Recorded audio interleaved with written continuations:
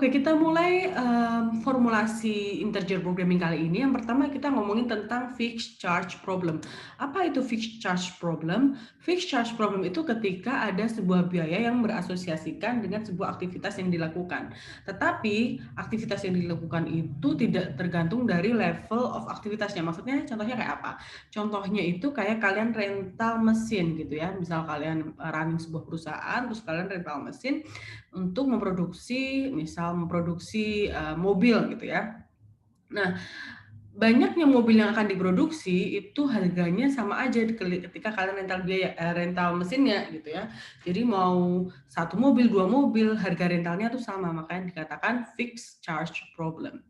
Nah, biasanya digunakan untuk mengalokasikan fasilitas. Jadi contohnya mengalokasikan mesin, kapan kalian harus rental mesin, kapan kalian harus buka plans dan lain sebagainya. Contohnya, misal namanya ada sebuah Gandhi Cloth Company aja, ada sebuah perusahaan baju gitu ya. Dia bisa memproduksi 3 tipe baju, yaitu shorts, dan pants. Jadi dia bisa memproduksi shorts, dan pants gitu ya. Nah, kalau kamu mau memproduksi short, dan pants, kamu membutuh sebuah mesin untuk dirental gitu ya, untuk disewa. Nah, harga sewa mesin untuk memproduksi shirt yaitu 200 per week-nya.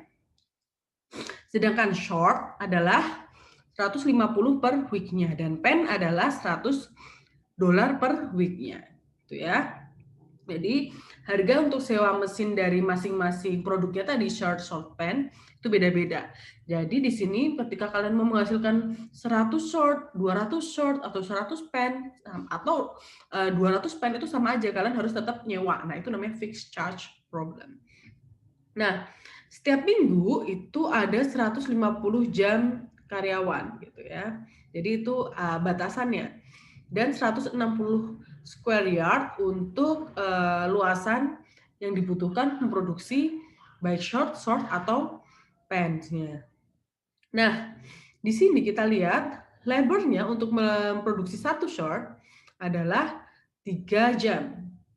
Sedangkan short adalah 2 jam dan pants adalah 6 jam ya. Jadi ketika kamu produksi satu short yang dibutuhkan 3 jam, short 2 jam, dan pen 6 jam. Sedangkan clothes untuk satu short, square yard-nya ada 4 short dalam, kalau kalian mau bikin satu short itu kamu butuh 4 square yard.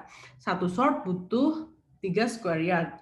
Dan satu pen butuh 4 square yard. Nah, sales price-nya, jadi harga jualnya si short adalah 12, short adalah $8, pen adalah $15. Dan ada variable cost.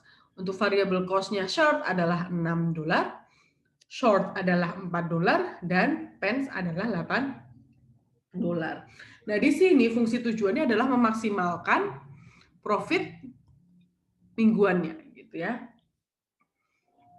Nah, di sini ada beberapa variable decision, yaitu X1, X2, dan X3. X1 di sini adalah jumlah short yang akan diproduksi, karena kalian akan nentuin apa aja, nentuin salah satunya.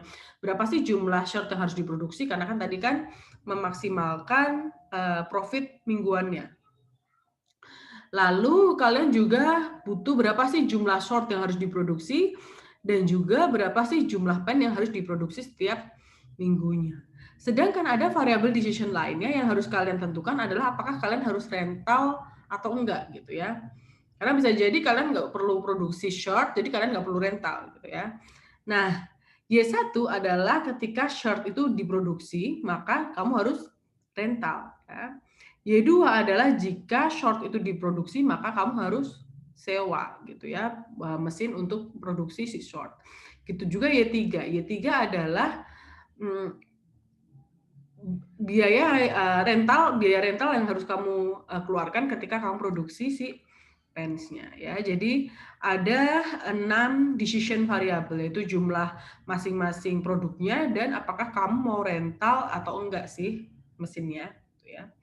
Nah, tadi objection function-nya atau fungsi tujuannya adalah kita ingin memaksimalkan profit mingguannya. Nah, profit ini didapatkan dari berapa sih barang yang kejual ya, atau barang kejual kali dengan harganya gitu ya, dikurangi dengan variable cost-nya, karena kan biaya yang dikeluarkan itu ada variable cost, juga dikurangi dengan biaya untuk menyewa mesin gitu ya. Jadi untuk produksi itu kan ada biaya variabelnya, juga ada fixed cost-nya tadi. Fixed cost-nya itu adalah si renting si mesin tadi. Nah, sales revenue didapetin dari mana? Yaitu kita kalikan sales tadi, sales price-nya. Nah, ini ada masing-masing adalah sales price-nya.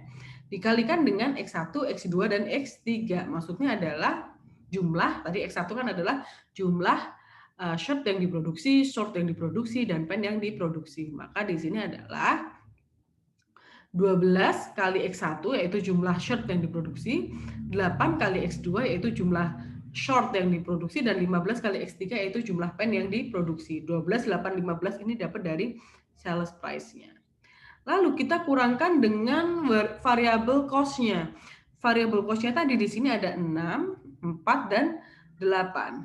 Jadi di sini kita kurangkan 6x1 yaitu variable cost, berarti dia embedded ke dalam berapa banyak jumlah produk yang dihasilkan gitu ya, mau dimanufakturkan, mau diproduksi gitu ya. 6 kali X1 ditambah 4 kali X2 ditambah 8 kali X3. 6, 4, 8 ini dapat dari mana? Yaitu tadi variable cost yang sudah diketahui 6, 4, dan 8. Nah, selanjutnya dikurangi dengan cost of renting machine gitu ya. Jadi tadi kenapa namanya fixed charge problem, yaitu dengan kita renting mesin itu kita nggak peduli berapa banyak jumlah si produk yang kita hasilkan, asalkan kita hasilin 1 sama hasilin 1000 gitu sama aja, kita harus renting si mesin tersebut. Jadi tadi short-nya tadi adalah 200. 200 kali apa? Bukan kali X1 lagi kan, kali Y1. Maksudnya adalah apakah si short itu diproduksi. Kalau short diproduksi, maka kita harus kali Y1. Y1-nya adalah 1. Jadi kita bayar 200. Kalau nggak diproduksi ya kita nggak rental gitu ya. Maka di sini 200 Y1, 150 Y2, dan 100 Y3 gitu ya. Oke, terlalu kita sederhanakan ya. 12 kurangi 6 adalah 6, 8 dikurangi 4 adalah 4, 15 kurangi 8 adalah 7. Dikurangi dengan 200 Y1, 150 Y2, dan 100 Y3. Oke. Maka fungsi tujuannya adalah ini ya, sama.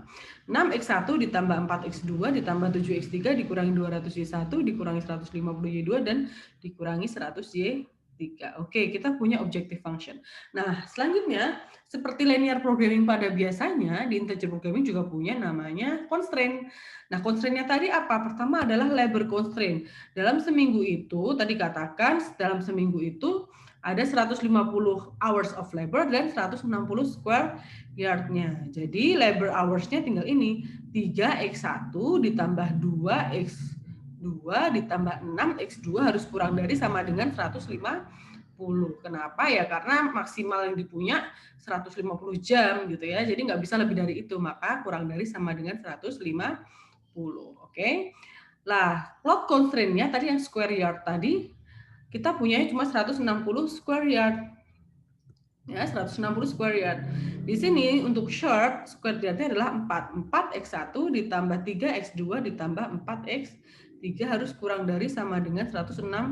Karena kita memang yang kita punya adalah 160 square yard-nya. Nah, x1, x2, dan x3 harus lebih dari sama dengan 0. Jadi boleh 0, boleh nggak produksi gitu ya. Tapi nggak boleh minus gitu ya. Dan X1, X2, dan X3 harus integer. Jadi nggak mungkin kamu produksi 1,5 baju gitu kan, nggak mungkin. Jadi harus integer. Dan Y1, Y2, Y3 tadi yang apakah si short diproduksi atau enggak harus 0 atau 1. Jadi binar integer, dia diproduksi atau enggak gitu ya. Nah, kalau kalian hitung gitu, nanti kalau kalian hitung sendiri gitu ya, kalian akan temukan X1-nya adalah 30, X3-nya adalah 10. Nah, sedangkan X2, Y1, Y2, dan Y3 adalah 0. Apakah ini make sense?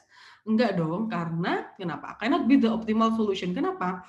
Karena tadi Y1, Y2, dan Y3 ini adalah keputusan apakah kalian itu renting mesin atau enggak. Padahal di sini kalian produksi 30 short dan 10 pants optimalnya. Tapi kok kalian nggak renting gitu ya.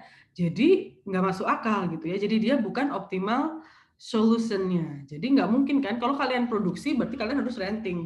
Padahal kalau kalian hitung sendiri di sini, kalian hitung secara manual gitu ya, kalian akan ketemukan seperti ini gitu. Nah, makanya itu kan nggak mungkin. Jadi apa yang harus ditambahkan? Yaitu kita menambahkan constraint atau adding constraint. Adding constraint-nya apa? Ketika XI-nya lebih dari 0, yaitu ketika short atau pen-nya itu lebih dari 0 atau diproduksi, maka YI-nya atau keputusan untuk sewa mesinnya adalah sama dengan 1. Paham ya? Jadi ketika dia lebih dari 0 atau diproduksi, maka dia harus renting mesinnya. Nah, di sini maka kita tambahkan constraint lain yaitu X1 yaitu short, jumlah short yang diproduksi harus kurang dari sama dengan M1 kali Y1. M1 ini apa? M1, M2, dan M3 ini apa? Maksimum value yang mana X1 dapat diproduksi gitu ya. Dapetin dari mana gitu ya. M1 jadi M1, M2, M3 ini adalah maksimum value, maksimum jumlah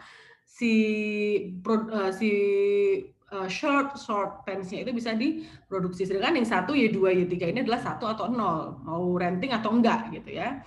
Ya, ketika X1-nya lebih dari 0 maka harus renting ya. Maka harus tambahkan constraint seperti ini. Jadi, ketika X1-nya 0 ya, X1-nya 0, maka Y1-nya juga 0. Jadi 0 kurang dari sama dengan 0 gitu ya. Kalau X1-nya 1 berarti produksi. Maka di sini Y1-nya juga 1. Tapi gimana kita dapetin M1, M2 dan M3? Kita dapetinnya dari mana? Di sini kan dapatnya M1 40, M2 53, M3 25. Kita dapatkan dari mana? Kita dapatkan dari sini, dari constraint yang ini ya.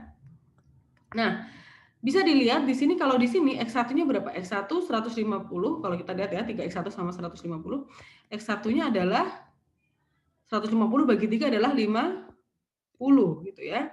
Di sini 160 bagi 4 X1-nya adalah 40. Oke. Sedangkan yang di atas X2-nya adalah 150 dibagi 2 adalah 75. Di sini X2 yang di bawah, yang di sini ya. 160 bagi 3 adalah 160 per 3 kurang lebihnya adalah 50 berapa? 53 ya. Oke. Dan selanjutnya X3 di sini adalah 150 bagi 6. Dan X3 yang di bawahnya adalah 160 dibagi 4. Yaitu sini adalah 40. Yang di sini adalah berapa? 150 bagi 6 adalah berapa teman-teman? 25. Oke. Nah, oke, kita udah punya semuanya. Nah, yang kita ambil di sini maksimumnya itu, maksimum berapa yang bisa diproduksi adalah yang paling minimum di setiap constraint-nya di sini. Jadi X1-nya tadi kita pilih yang X1-nya sama dengan 40, X2-nya kita pilih yang ini, X3-nya kita pilih yang ini. Gitu ya. Maka dari situ M1-nya bisa kita tambahkan X1 kurang dari sama dengan 40Y1, X2 kurang dari sama dengan 53Y2, X3 kurang dari sama